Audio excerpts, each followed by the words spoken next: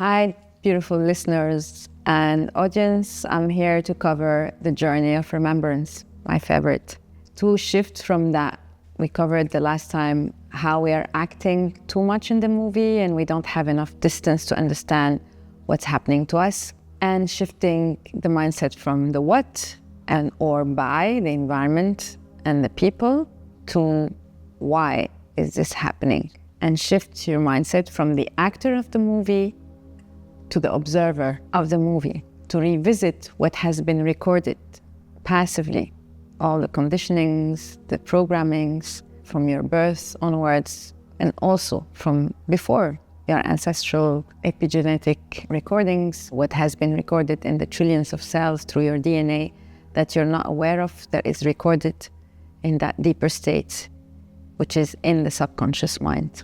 So the journey of remembrance is to revisit everything that has been perceived once upon a time and start deprogramming everything that is limiting you, that is not serving you, that is giving you pain. You shift from a reactive perspective to a reflective perspective, where every trigger becomes your clue, your next level of growth. Any fear is there for you to show you the next step for growth.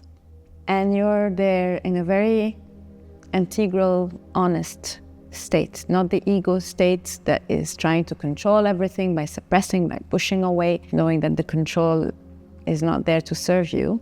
It has served you when you didn't have the resource to be able to face your pain, but at a later stage, it's just there to distract you from the actual truth that is behind all the pain that you're attracting in your life.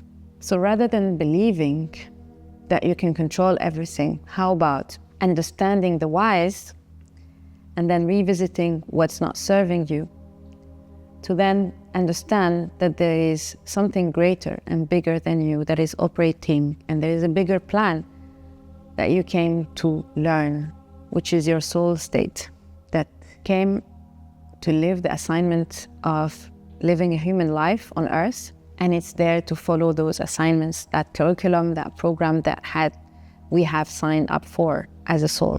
So being the observer is there to revisit all the memories that are leading us to being stuck or limited or in pain, to forget, because what are those memories eventually in the body? It's chemical components that are not allowing the flow in our lives, allowing to flow the life force that is coming from earth and the source and the divine that is being circulated all throughout our bodies. So let's shift our mindset from the actor in the movie to the observer of the movie, and understand that all what has been observed was observed all throughout the lifetime, recorded in the subconscious state. So the observer is to come back to the subconscious content, the programming, and revisit and reflect on everything that happened that is causing pain, blockages, stagnation, stuck energy. All those memories are there to serve you, that you have attracted, because you're here to learn. A big assignment is the assignment of the soul who incarnated on earth for a purpose. It has a life purpose. So it will attract challenges to teach you the lesson. When we shift our mindset from understanding that the pain is not there as a thorough pain, but it's there to teach us a lesson, that any pain that we have attracted, guess what? It's not a pain that we cannot resolve, where we do know how to resolve it. We do have the resources, but we can't have those resources from a superficial state, which is the conscious or the actor state. It is within us. So first is to declutter the overload. So we are to forget what is not there because it doesn't have a purpose. It served a purpose once upon a time, but it's now creating this overload of information that is not allowing us to listen to that subtle voice, which is the voice of intuition that is trying in vain to attract our attention, to lead our way forward, to serve the purpose of the soul. So forget is to basically release all the memories by healing the pain, by identifying the learning And by integrating the learning behind the teachings, understand that every person that challenges us is there actually not against us, but for us, that we have attracted to teach us lessons. So we take charge and we start forgetting all those memories because they're not serving us anymore and they're creating a lot of overload, and we are to forgive. Because, as we said, every person that came into my life that I've attracted actually to teach me lessons, they were my best teachers. In the word forgiven, there is giving. That part of you that you have given away by not forgiving, you lost it. By forgiving, you're recollecting those giveaways, the fragments of selves that we have lost, to reintegrate and become more and become bigger in capacity. And with that, we also recollect the wisdom that we have learned from those situations that were, yes, once upon a time harsh. But if you keep that harshness in your heart, you're basically adding the separation, the darkness that is disconnecting you from your heart. No matter how harsh and how bad that situation was or that person, do you think they're worthwhile to keep a veil of obscurity on your heart? I don't think so.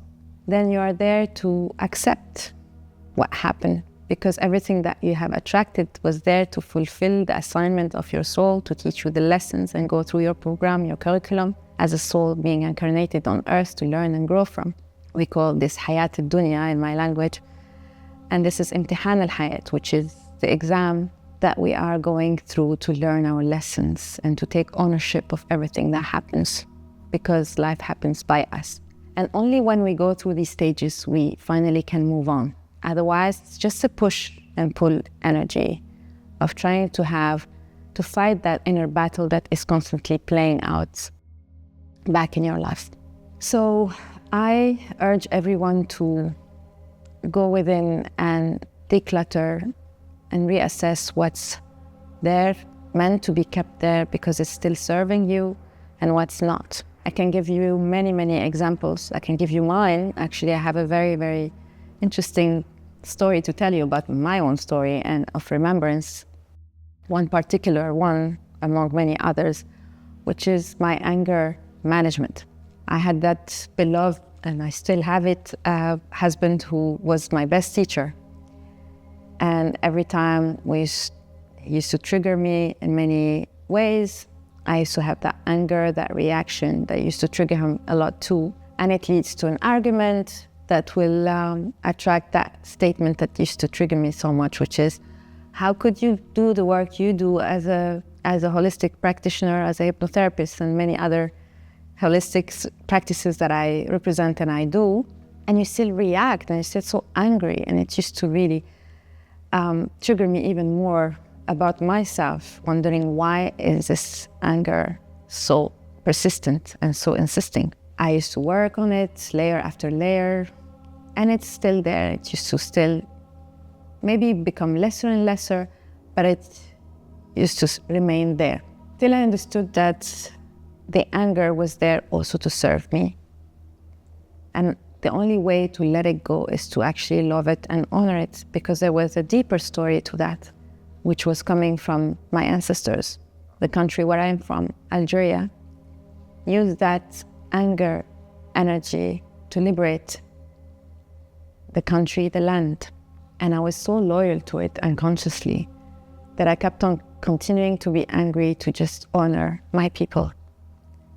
But when I understood that I could let go of it and address that blind loyalty and that blind love towards my country, to integrate it into love, to transmute it into love, to remember it in a constructive way rather than destructive way. Because the least I wanted is to have an inner battle followed by an outer battle in my own household.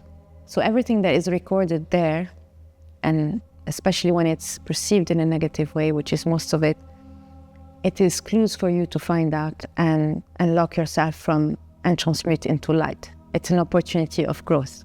I have another example through my practice, that businessman that came to me because every time he was at the peak of his wealth, for some reason or another, he would lose it all.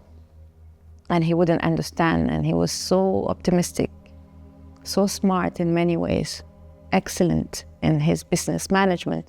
He will lead business after another, but for some reason it leads into failure whenever it reaches that state of wealth. And of course, it is not the first option to consider to come in and do this inner work only when we are at the peak of our desperation, when we have tried it all and we're facing the wall, and eventually we'll consider to do that inner work, to revisit, especially from an ego perspective, which we all have. We believe that we can be in control and we control things from the outside world. And after having tried it all, it leads you to question and re-question and eventually consider to do the inner work. So when this beautiful gentleman came to instigate an inner work, he found out the clue and the root cause of that issue, which is, if I embrace my full potential, if I own the wealth that is meant to be for me, which is my purpose and my capacity as a soul, I will betray my father who could not reach. He was a successful man, but not to that extent of wealth. So I will cap my progress. I will cap my success, my wealth, to the level of what my father could achieve in his time living. Of course, that was not a conscious choice from that gentleman. It was an unconscious running programming that was limiting him and causing those losses. So he came in through the hypnotherapy. We could go back and trace the root cause. Many roots were there, but the deepest was to unlock him from that limited belief, to get the blessings of his father, close that chapter and transmute it into wisdom to finally be himself and fulfill his biggest potential on earth. And he's in a very beautiful place right now, where he could achieve what he's meant to achieve as a soul on earth, beyond any limitation. I have many other stories related to the limitations and the feeling stuck and stagnation that we face. Many tools are there available to do the inner work. Meditation is one of the common ones that we understand. Prayers in many practices. It is a very powerful way, and it's also consistent, which is very important, to be consistent in your work. But all of that has to come with the consciousness, the awareness of what is this tool trying to help me, which is the inner reflection. That time lapse where we stop everything, we stop doing, and we enter into a being state to revisit those emotions and not to pile them. Unfortunately, this is meant to be taught at the initial stage when we are a child, so we don't accumulate so much clutter that we are compelled to do at a later stage when we are usually in the middle age stage in life. So many tools are there as modalities in the holistic approach. The ones that I practice are hypnotherapy, which is a tool that can take you to declutter your subconscious mind, to undo all the memories that can go as far as your childhood or as far as through your ancestors, the epigenetics memories, as well as the memories of the soul. It can go as deep as it's needed, but depends how ready you are to dive into a deeper state. And then you have family constellation, which is an ancient modality that is there from the natives, that are there to disclose the limitations and the blockages that could be at childhood, or also from our ancestral and soul memories that can be undone, released, and integrate the wisdom in order to set yourself free and achieve your biggest capacities. Many other tools that are available are there basically to deprogram and reprogram your subconscious state into a constructive rather than a destructive, passive information that has been recorded once upon a time in the past. So being in a state of the observer, that place of overview that extracts you from the movie to create the distance, to watch the movie playing, understand the triggers, address the triggers, reflect on the triggers, let go of what it is as a memory from the back, to then get the learning. This process is the process of the seeker that is not there to just blame others, blame the situations, but take ownership What you seek is seeking you. Actually, even better, you are what you seek. So we have been given as a species living on Earth the gift of the free will. We came to understand the choices that we have done before we came on Earth. The reflection mode is there to understand the wisdom behind it so that we re-script the movie from a status of the seeker who is here to achieve, and the achievements are coming through the stages of, yes, initially the suffering, but then understand that the suffering is actually challenges that we have attracted because we're capable to overcome, and we're learning from them to achieve a higher state and a deeper state of consciousness. We're all seekers. It's up to us with the free will to choose how deep we are to seek. For what? For the truth. For that inner state, that pure state, that authentic state that God has sent us with when we were born. So the journey of remembrance is to undo the past script, to undo the pain of it, to transmute it into a legacy, a wisdom, and seek a deeper state. So we shift from the why of, oh, why is this and that happened to me, to the why I chose this, why I'm here, why I living the life that I'm living.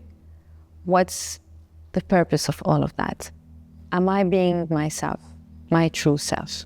And that's the topic of our next episode, where we dig deeper into not only understanding what is the subconscious made of from an observer perspective, but going to understand that I'm not only a human being living life on Earth in a state of seeking the path, but that I am a spiritual being that was incarnated into a human life to experience a human journey. So who am I from a perspective of the soul? And why am I here for? What's my purpose? And that's the topic of our next episode. Stay tuned. Thank you for listening.